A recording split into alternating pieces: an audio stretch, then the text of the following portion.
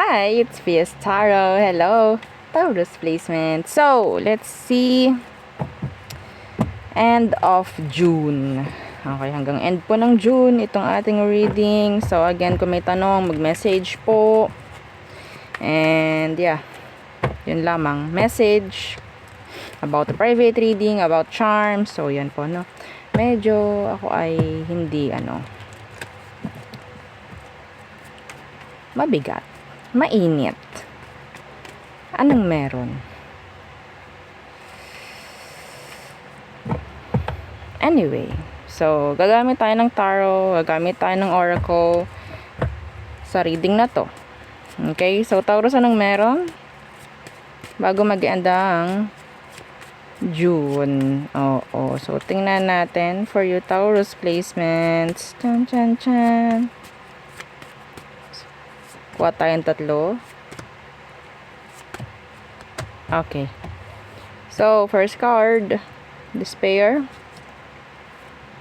concern, journey. Clarify natin. Okay, so short lang to na video. Dahil malapit na rin naman mag-end ang June.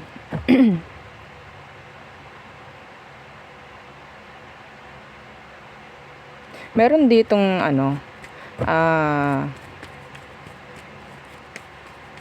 hindi makatulog. Kakaisip sa isang taong nasa malayo. Gustong puntahan.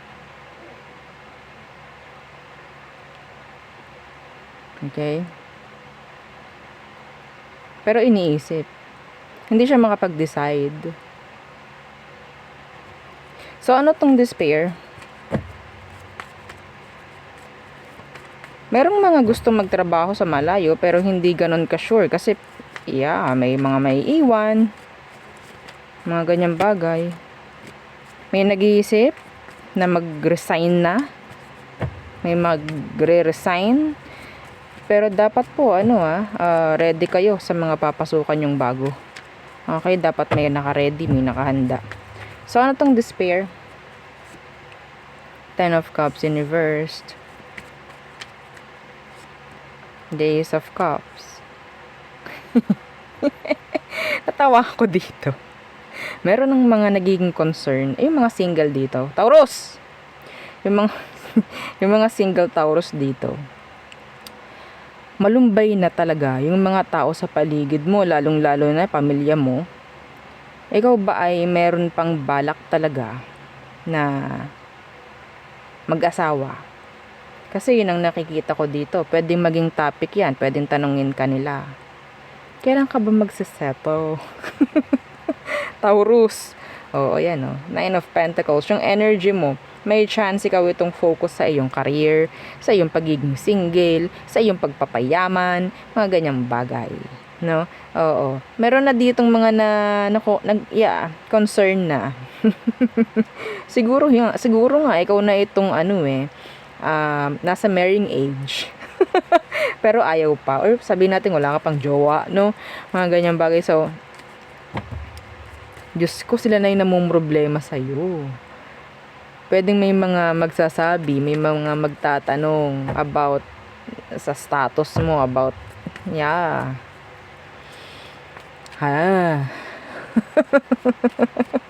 Oo.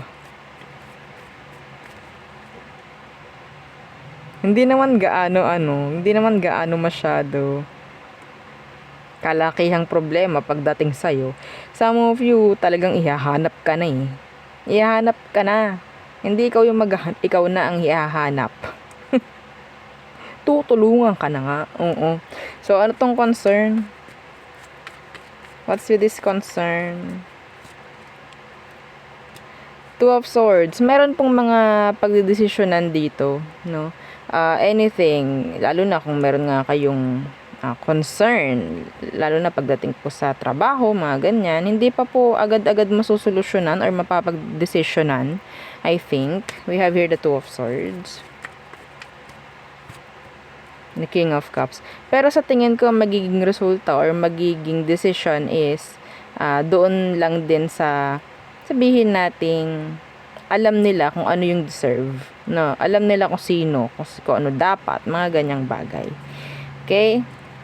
So, yun nga lang, ang decision na mangyayari is sabihin natin out of emotion, awa, mga ganyang bagay. Okay?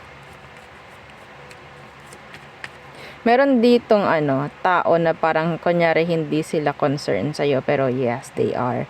Could be an air sign and a Pisces. Yeah. So, what's with this journey?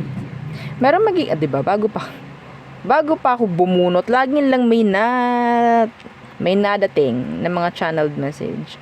So, Taurus, meron ditong hindi makakatiis na tulungan ka. Okay? Meron ditong hindi makakatiis. So, I don't know kung sino. Hindi niya kayang tiisin ka. Okay? So, anong meron sa journey? What's with this journey? Chararan. Strength in reversed. Why is that? Queen of Cups.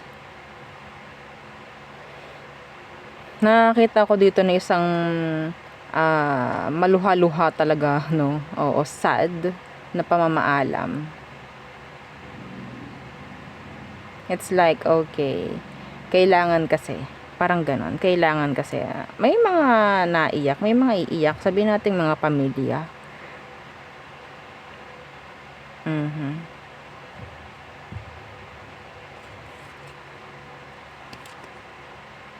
Pero alam nila kung anong meron, kung anong dapat. It's like, ina-accept lang nila. Excuse me. I'm hearing surrendering.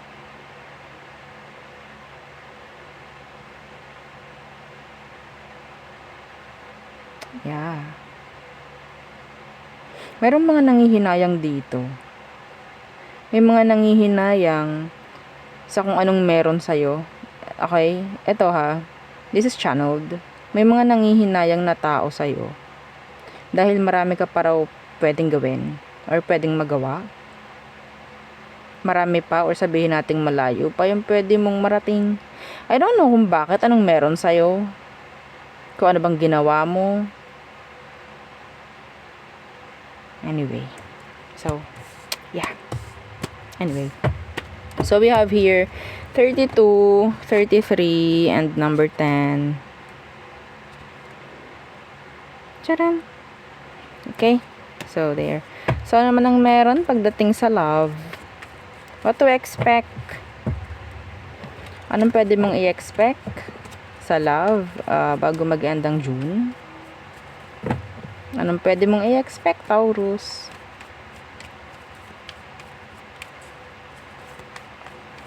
Okay. The Empress in reversed. The Six of Pentacles. Support. I'm hearing support. Uy, meron akong nakikita dito na kahit wala kang masyadong, andun yung parang kang gagawing princess. Mapababae, mapalalaki ko naman ang gender mo. Andun yung parang, okay, upo ka lang dyan, relax ka lang, ako nang bahala sa'yo. Ganun yung naririnig ko. Meron dito parang bagong panganak. Yeah, parang may bagong panganak dito. Ako na ang bahala. Parang may ganun may narinig akong ganyan. Suporta para sa'yo. Meron ditong hihingi ng mga patawad sa mga ginawa niyang mali. Okay? And yeah, I think patatawarin mo. That's good. Okay? Makakatulong rin naman sa'yo yung pagpapatawad. Yeah. Ano pa? The Lovers. What to expect, the Lovers? So maybe reconnection or a connection na pwedeng dumating.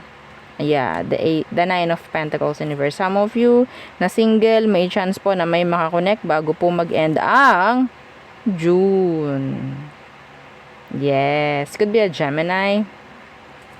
And this is, sabihin nating medyo malalim. Yeah. There's commitments here. Oo, the Emperor. See? This is nice ha. Yung mga makakakuha ng energy nito, yung mga single dyan, claim nyo to. Yeah. Yung mga ayaw talaga. Super duper na naka-focus lang sa career, mga ganyan. Iba po dito, may chance po ng ito side message. May chance ng promotion, may chance ng increase pagdating po sa kaperahan. Okay? May chance ng partnership, collaboration bago mag-end po ang June. Okay? So, welcome. Diba? Welcome. Partnership, commitments, collaboration, in general. So, what else? What's coming in for Taurus placements bago po mag-end ang June pagdating sa love? The Nine of Swords in reversed. Nine of Swords. The Ace of Swords. So, this is clarity. Okay? This is answers. Closure for some of you. Meron kayong makikita or meron may makakausap, may makaka-chat na pwedeng sabihin nating may potential na maging kayo. Okay?